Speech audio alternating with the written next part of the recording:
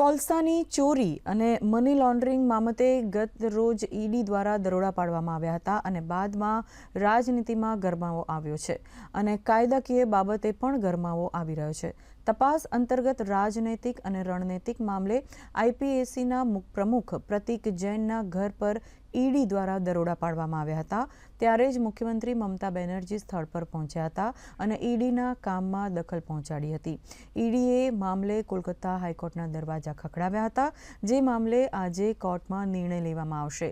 તો આજે મમતા બેનર્જી ઈડીના દરોડા સામે રસ્તા પર વિરોધ પ્રદર્શન કરશે, તો બીજી તરફ કોલકાતા પોલીસે આ મામલે જાત તપાસ કરવાના નિર્ણય સાથે એફઆઈઆર દાખલ કરી છે, જેમાં ઈડી પર સરકારી કર્મચારીઓના કામમાં અવરોધ ઊભો કરવા, ધમકી આપવા અને ગેરકાયદેસર રીતે કોઈના ઘરમાં ઘૂસવા જેવા ગંભીર આરોપ લગાવવામાં આવ્યા છે। अगर अमित शाह को बंगाल को जीतना है तो आपको हिम्मत है तो आप इलेक्शन में लड़ाई करके आइए। आप क्यों हमारा पार्टी आईटी सेक्टर को रेप करके पूरा पेपर ले लिया। पार्टी का नाम करके कोई फाइल को लेके जाना ये अपराध है।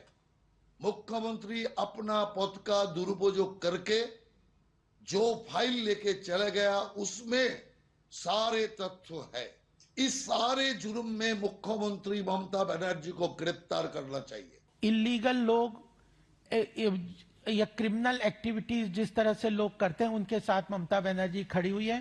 वो संवैधानिक संस्थाओं को किसी भी तरह से उसको सपोर्ट करने के लिए, उनको मानने के लिए तैयार नहीं है। चाहे वो इलेक्शन कमीशन हो उसके खिलाफ बोलना हो, चाहे ईडी या कोर्ट के खिलाफ बोलना, उनका यही एक्टिविटीज है।